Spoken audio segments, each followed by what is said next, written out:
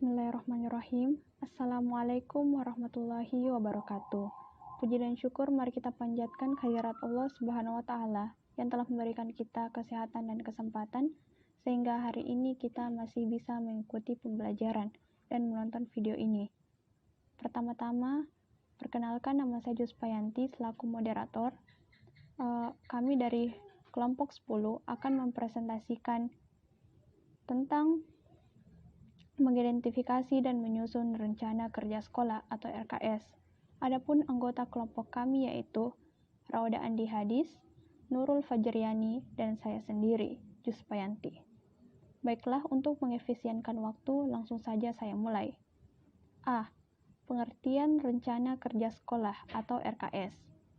Rencana kerja sekolah merupakan rencana yang menyeluruh untuk mengoptimalkan penggunaan sumber daya sekolah, baik sumber daya manusia maupun sumber daya non-manusia untuk mencapai tujuan yang diinginkan di masa yang akan datang.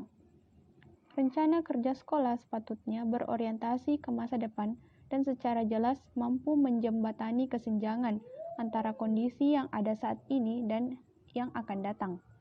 RKS juga harus memperhatikan peluang dan ancaman dari lingkungan eksternal, memperhatikan kekuatan dan kelemahan internal, dan kemudian mencari dan menemukan strategi dan program-program untuk memanfaatkan peluang dan kekuatan yang dimiliki, mengatasi tantangan dan kelemahan yang ada, guna mencapai visi yang diinginkan. Yang kedua, karakteristik rencana kerja sekolah.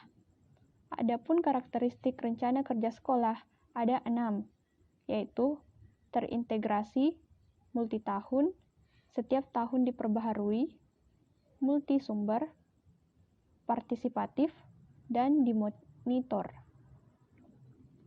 Yang ketiga, tujuan dan manfaat rencana kerja sekolah.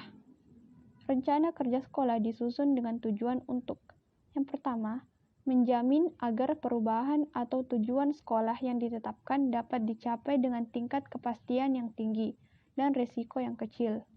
Yang kedua, mendukung koordinasi antar pelaku sekolah atau madrasah. Ketiga, menjamin terciptanya integrasi, sinkronisasi, dan sinergi baik antar pelaku sekolah atau antar madrasah dengan Departemen Agama dan atau antara sekolah dan dinas pendidikan. Yang keempat, menjamin keterkaitan antara perencanaan, penganggaran, dan pengawasan. Yang kelima, mengoptimalkan partisipasi warga sekolah dan masyarakat. Yang terakhir, menjamin tercapainya penggunaan sumber daya secara efisien, efektif, berkeadilan, dan berkelanjutan. Selanjutnya saya persilahkan kepada pemateri berikutnya untuk melanjutkan materi yang saya paparkan. Terima kasih. Baiklah, saya akan melanjutkan materi selanjutnya yaitu manfaat RKS. Rencana kerja sekolah bermanfaat untuk dijadikan sebagai: yang pertama, pedoman kerja atau kerangka acuan dalam pengembangan sekolah. Yang kedua, sarana untuk melakukan monitoring dan evaluasi pelaksanaan pengembangan sekolah. Yang ketiga, bahan acuan untuk mengidentifikasi dan mengajukan sumber daya pendidikan yang diperlukan. D. Landasan hukum RKS. Yang pertama, Undang-Undang Nomor 20 Tahun 2003 tentang Sistem Pendidikan Nasional Pasal 4. Yang kedua, Undang-Undang Nomor 25 Tahun 2004 tentang Sistem Perencanaan Pembangunan Nasional. Yang ketiga, PP Nomor 19 Tahun 2004 tentang Standar Nasional Pendidikan Pasal 53. Yang terakhir, Permendiknas Nomor 19 Tahun 2007 tentang Standar Pengelolaan Pendidikan. E. Tahapan penyusunan RKS. Yang pertama, persiapan. Sebelum perumusan dilaksanakan, kepala sekolah dan guru bersama komite sekolah membentuk tim perumus RKS yang disebut tim penyusun rencana kerja sekolah. Tim ini disebut sebagai tim inti yang beranggotakan minimal 6 orang, terdiri dari unsur kepala sekolah, wakil kepala sekolah, guru, wakil dari TU, dan wakil dari komite sekolah. RPRKS dipersyaratkan terdiri dari orang-orang yang memiliki komitmen dan kemampuan untuk mengkonsep ide-ide besar pertumbuhan dan perkembangan madrasah ke depan. Kedua, perumusan RKS. Perumusan RKS melalui 4 tahap, yaitu: tahap pertama, identifikasi masalah. Tujuan tahap pertama adalah untuk mengidentifikasi tantangan sekolah, yaitu dengan cara melihat kondisi lingkungan yang melingkupi sekolah. Identifikasi tantangan dilakukan melalui langkah-langkah. Yang pertama, melakukan analisis lingkungan strategis. Yang kedua, menyusun profil madrasah atau sekolah. Yang ketiga, mengidentifikasi harapan pemangku kepentingan. Tahap kedua,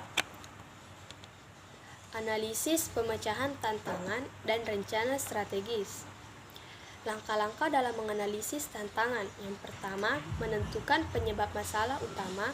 Yang kedua, menentukan masalah atau tantangan utama. Mendeskripsikan alternatif pemecahan masalah atau tantangan utama. Kondisi sekolah 4 tahun yang akan datang. Dan yang terakhir, menetapkan sasaran. Baiklah, saya akan melanjutkan penyampaian materi. Tahap 3, penyusunan program. Tahap 3 terdiri atas 4 hal. Yang pertama, menetapkan program. Yang kedua, menentukan indikator keberhasilan program. Yang ketiga, menetapkan penanggung jawab program. Dan yang keempat, menyusun kegiatan dan jadwal kegiatan. Tahap 4, penyusunan rencana biaya dan pendanaan. Tahap ini direncanakan jumlah total biaya atau anggaran dan sumber-sumber pendanaan pada masing-masing program yang akan dikembangkan sekolah dalam kurun waktu 4 tahun ke depan. Penetapan jumlah biaya berdasarkan kondisi pendanaan sekolah melalui penghitungan jenis dan banyaknya dana yang dibutuhkan. Kesimpulan yang dapat kita ambil dari materi dari kelompok kami yaitu RKS atau Rencana Kerja Sekolah adalah rencana kerja yang disusun bersama oleh madrasah dan komite madrasah dengan tujuan agar sekolah dapat menyesuaikan dengan kekhasan kondisi dan potensi daerah, sosial budaya masyarakat, potensi sekolah, dan kebutuhan peserta didik. RKS atau Rencana Kerja Sekolah disusun sebagai pedoman kerja dalam pengembangan sekolah, dasar untuk melakukan monitoring dan evaluasi pelaksanaan pengembangan sekolah, dan sebagai bahan acuan untuk mengidentifikasi serta mengajukan sumber daya yang diperlukan. Sekian dari saya.